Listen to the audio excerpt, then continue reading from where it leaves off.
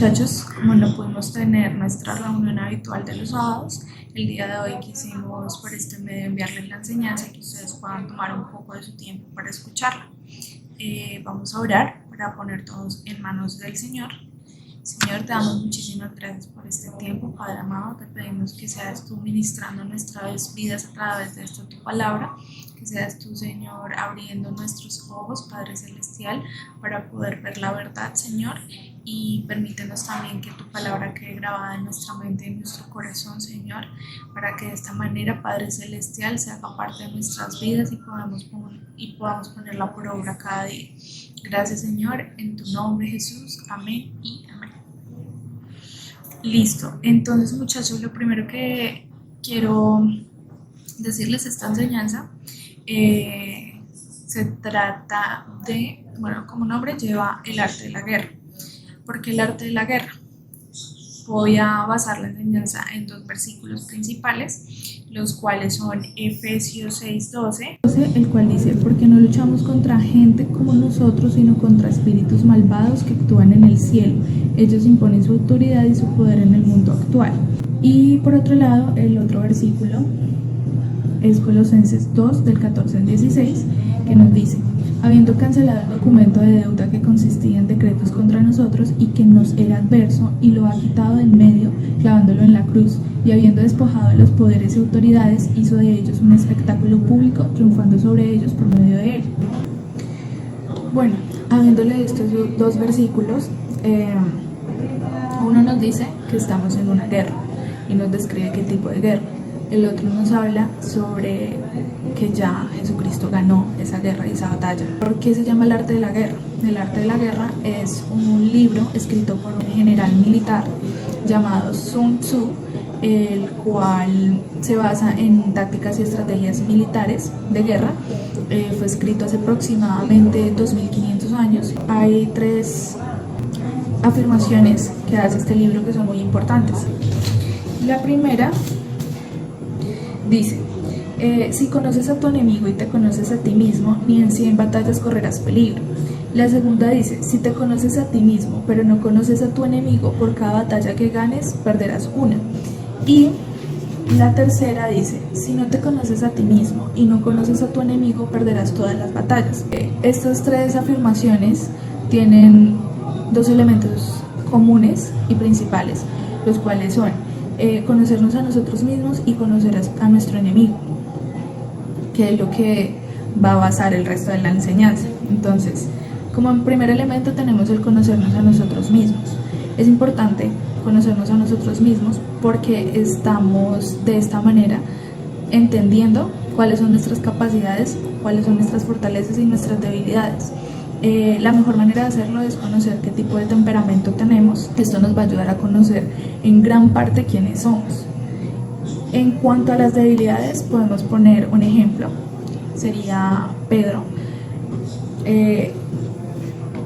Digamos que la cita principal para referenciar este ejemplo es, bueno, son dos de hecho. Son Mateo 26 del 31 al 34 y Juan 13 del 36 al 38. Ahí están hablando de el momento en el que Jesús le dice a Pedro que lo va a negar. Pedro le contesta que él jamás haría esto. Pedro es un temperamento colérico. Las debilidades del temperamento colérico son las siguientes: es porfiado, insensible a las necesidades ajenas y demasiado seguro de sí mismo. Si Pedro hubiera entendido que tenía estas debilidades o estas falencias, si se hubiera conocido a sí mismo, hubiera estado preparado de pronto para entender que algunas de esas debilidades estaban impidiendo que él tomara eso que le estaba diciendo Jesús como una advertencia, sino que lo primero que hizo fue negarlo y echarlo a la basura. Y posteriormente pues ya sabemos cómo se dio el desenlace de esta historia. Pedro negó a Jesús. Un segundo ejemplo es sobre José y la esposa de Potifar. Como ustedes ya sabrán, pues la esposa de Potifar estaba buscando a José porque quería que estuvieran juntos íntimamente. Pero en este versículo de Génesis 39, 11, 12 específicamente es como ya el punto límite en donde la esposa de Potifar llega y coge a José y de su ropa, entonces José sale corriendo. Porque, ¿por qué hago referencia a esto? Porque cuando uno conoce sus debilidades sabe hasta qué punto puede llegar. Me parece a mí que José era un hombre que conocía su debilidad, porque si vemos en la historia, ya ella le había manifestado varias veces lo que quería con él, y José le manifiesta también el por qué no lo va a hacer. En eso que él expresa, ella nunca dice por qué no quiero, porque no me gusta, porque no, nunca dice ese tipo de cosas. Dice porque debo como fidelidad a Potifar, que no me negó nada, me lo dio todo, excepto a ti. Entonces, creería yo que cuando uno conoce sus debilidades, sabe cómo reaccionar para evitar que esas debilidades sean el motivo por el cual nosotros caigamos en tentación, como lo hizo José. En esa ocasión José no se sentó a hablar con ella, a decirle, mira, no lo voy a hacer por esto, no, o sea, él vio que ya estaba peligrando mucho y lo primero que hizo fue salir corriendo. Nuestras fortalezas provienen de nuestro Señor, de nuestro Papá, y es nuestra identidad en Él. Esa identidad está escrita en la palabra, esa identidad nos la han dicho miles de veces. Lo que pasa es que para nosotros es difícil que se nos grabe en nuestra cabeza y en nuestro corazón, porque es más importante, o digamos que nuestro mayor tiempo estamos pensando en lo que nos falta o en lo que necesitaríamos para ser mejor. Y está bien, pero eso no puede basar lo que somos. Lo que somos es lo que dice Dios que somos. Entonces, en cuanto a nuestras fortalezas, provienen del Señor y es la identidad que tenemos en Él. Y se las voy a dejar por aquí para que ustedes puedan verla rápidamente. ¿Quién soy yo? La vida puede ser muy confusa. Descubrirás qué se supone que debes hacer, descubrir para qué eres bueno y no tan bueno, encontrar lo que crees, puede dejarte la cabeza dando vueltas más rápido que un tío vivo. Comienzas a preguntarte, ¿pero quién soy yo? Permítame decirte quién eres. De hecho, déjame proclamar quién eres. Eres parte de la familia de Dios y heredarás su reino con Cristo. Romanos 8:17. Eres eterno como un ángel. Lucas 20:36. Tienes una corona que durará para siempre. 1 Corintios 9:25. Eres un sacerdote santo. 1 Pedro 2:5. Una valiosa adquisición. Éxodo 19:5. Pero más que cualquier otra cosa, más importante que cualquier título o posesión, es el simple hecho de que eres un hijo de Dios. Y eso es lo que somos. 1 Juan 3:1. Como resultado, si algo es importante para ti, es importante para Dios, le perteneces a Él. Ahora quiero contarles algunas historias y que mientras que yo se las cuento, ustedes vayan como identificando los puntos más relevantes e identificando cuál es la táctica común entre ellos. La primera historia es, todas son de las guerras mundiales, Primera y Segunda Guerra Mundial, los tenemos. Quiero contarles 3 historias importantes y que ustedes puedan identificar los elementos comunes entre ellas o la táctica común entre ellas. La primera es en la Primera Guerra Mundial, en las trincheras de Francia. El general Monash tenía la tarea de perforar las líneas alemanas para recuperar la ciudad de Hameln. La forma en la que él lo hizo fue, el ejército alemán estaba muy bien preparado y estaba muy bien armado como para combatirlo y ganar contra el general Monash. Entonces, ¿qué hace este general? La táctica que él emplea es, a lo largo de 2 semanas, comenzar a lanzar bombas de humo y posteriormente a eso gas pimienta. Entonces los alemanes comienzan a cubrirse con máscaras pues para evitar que este tipo de gases los perjudiquen. Después de estas 2 semanas, Monash, digamos que comienza el mismo método que ha venido utilizando, lanza bombas de humo y posterior a eso no lanza gas pimienta, sino que llega con todo su ejército. Y como los alemanes tenían estas máscaras les reducía la visión y les reducía la comunicación entre ellos. Estaban vueltos un caos y no pudieron combatir ni enfrentar a Monash, por lo que él ganó. La otra es en la Segunda Guerra Mundial. Los científicos británicos estaban buscando como las maneras de combatir a sus enemigos, lo cual comienzan a experimentar con una pequeña población y comienzan a esparcir anthrax en los cultivos para atacarlos a través de la cadena alimenticia y pues matarlos. Entonces lo hacen y efectivamente matan a toda la población. Pero decían pues que realmente no es el mecanismo que quisieran utilizar contra los enemigos, porque pues estarían eliminando pues a toda la población de un lugar, y ellos no querían eso sino a un grupo reducido, entonces no lo utilizaron. Y en la tercera historia es en la Primera Guerra Mundial. También los alemanes acostumbraban a atacar con armas químicas, que pues ya los enemigos sabían que lo hacían de esta manera y pues ya tenían también sus máscaras. Pero ¿qué hicieron los alemanes? Comenzaron a utilizar productos químicos que eran imperceptibles en aroma, pero sí provocaba vómito. Para vomitar tenían que quitarse las máscaras, y cuando se las quitaban atacaban nuevamente con armas químicas, y de esta manera ganaban las guerras. Ahora, ¿a qué vamos? Vamos al punto en que, ¿cuál es la similitud? Pregunto yo en este momento a ustedes, que pueden ver en estas tres historias. Quiero que entiendan que todo arte de la guerra se basa en el engaño.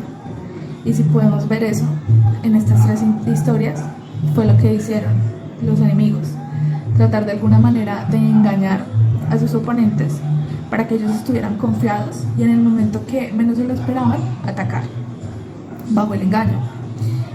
Y lo otro es nunca el enemigo va a acorralarnos, porque otro principio de la guerra es que cuando uno acorrala a un enemigo, ese enemigo va a combatir con todas sus fuerzas como un animal salvaje para tratar de defenderse y sobrevivir. Entonces, digamos que los grandes estrategas no son tan tontos como para hacerlo de esta manera, sino que lo hacen de una manera muy sutil y subliminal, que es la misma que utiliza Satanás, porque Satanás es muy astuto, lo dice en Génesis, cuando habla de la serpiente. Entonces, ¿por qué les estoy hablando de este libro, El arte de la guerra? Porque ahí están desplegadas todas las tácticas y estrategias utilizadas en la guerra, que son las mismas que utiliza Satanás contra nosotros. Ya sabiendo esto, vendría nuestro siguiente aspecto principal. Primero es conocernos a nosotros mismos, y se divide en fortalezas, debilidades.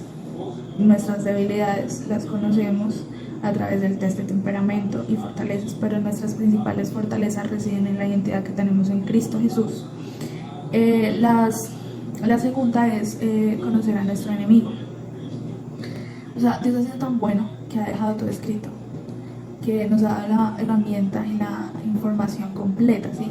Para que nosotros podamos defendernos de esos ataques, y para que nosotros podamos no solamente conocernos a nosotros, sino conocer a nuestro enemigo, y además conocerlo a él, que es el soberano, que es quien nos va a ayudar definitivamente a ganar esas batallas diarias que tenemos contra el enemigo, independientemente de cómo se presente.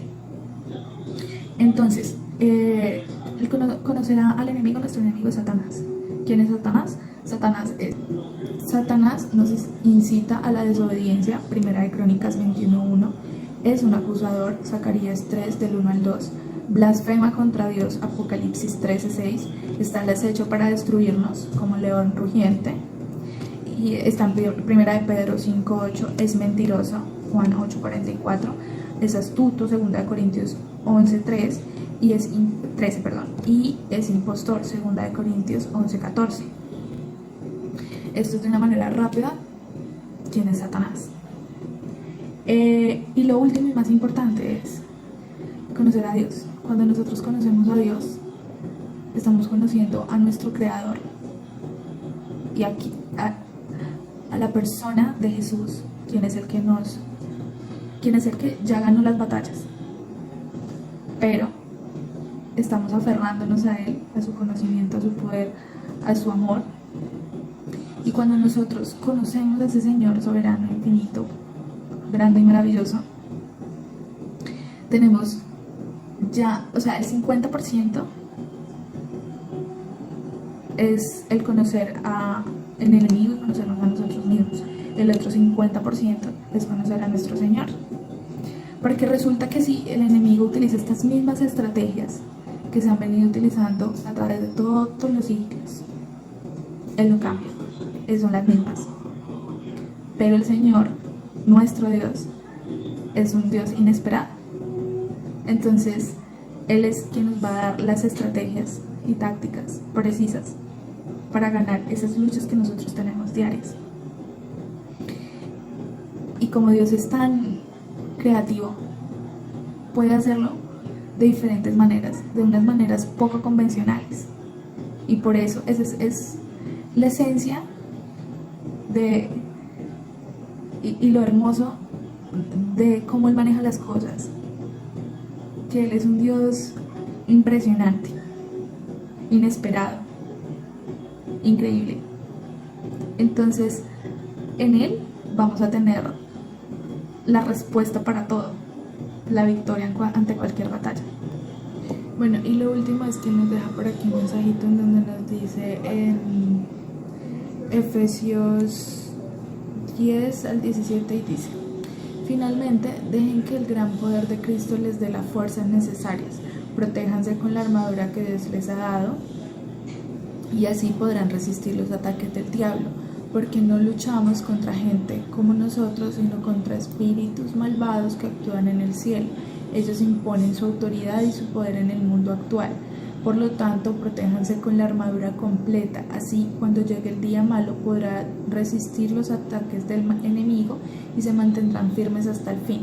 Manténganse alerta, que la verdad y la justicia de Dios los vistan y protejan como una armadura. Compartan la buena noticia de la paz, estén siempre listos a anunciarla, que su confianza en Dios los proteja como un escudo y apague las flechas encendidas que arroja el diablo, que la salvación los proteja como un casco y que los defienda la palabra de Dios, que es la espada del Espíritu Santo. Y por último, lo que quisiera decirles es,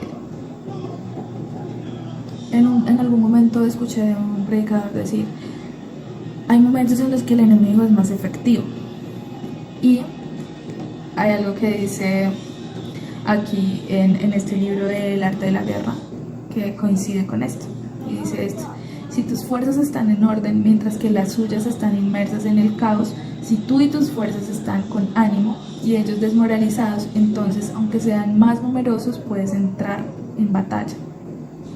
Entonces, ¿qué sucede? Cuando nuestro ánimo está decaído, cuando nuestra identidad está perdida, cuando nuestros pensamientos sobre nosotros mismos son más negativos que positivos, cuando nuestras emociones están revueltas y nuestros sentimientos son negativos también, en ese momento es que estamos en un caos, brindándole la oportunidad perfecta para que el enemigo sea más efectivo en nuestras vidas, porque ahí es cuando nuestro ánimo está tan mal que cualquier cosa nos afecta y decidimos creerla.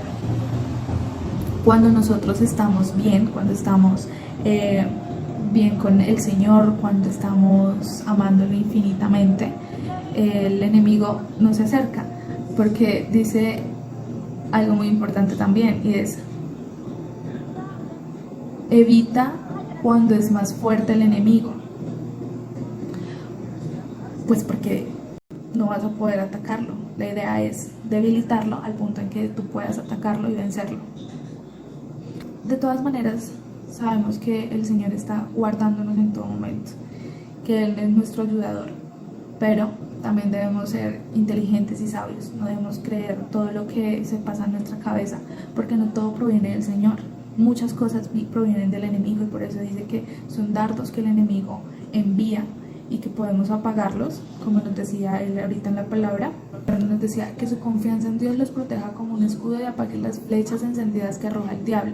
Si nosotros confiamos en lo que Dios nos dice que somos, y confiamos en que Él ya venció, y confiamos en el que Él nos va a dar la salida, la estrategia, la forma de superar de pronto el momento que estemos pasando, entonces esos dardos que Satanás envía a nuestra cabeza van a ser nulos, no van a servir de nada. El Señor nos está dando todas las herramientas necesarias en su palabra para poder combatir esa guerra y ganar, ¿sí? porque sí, Él ya venció, pero nosotros pues tenemos desafíos diarios que en muchas ocasiones estamos dejando que el enemigo gane, al creerle esas mentiras y al creer que todo lo que Él nos dice es parte de lo que somos, y no es así. No confiamos en nuestros pensamientos, ni en nuestros sentimientos, ni en nuestras emociones, porque engañoso es el corazón más que todas las cosas, y de ahí proviene todo ese tipo de cosas. Entonces, más bien confiemos en el Señor, que Él es verdadero, Él es inmutable, nunca cambia. Si nunca cambia, su palabra tampoco cambia. Él es fiel a su palabra y la ha mantenido desde el principio hasta ahora. No es como el enemigo, que es un engañador. Tenemos plenamente confianza en que lo que Él dice es cierto y que nos da las estrategias para cada día superar esas batallas, ganar esas batallas a las que nos enfrentamos con el enemigo. Entonces los invito a que este tiempo que estamos como un poquito más desocupados, que estamos en nuestras casas, podamos sentarnos y meditar en esto, conocernos a nosotros, conocer a nuestro enemigo, pero sobre todo conocer al Señor. Muchas gracias por tomar este tiempo para escuchar esta enseñanza. Que Dios los bendiga y pues nos veremos pronto si Dios quiere.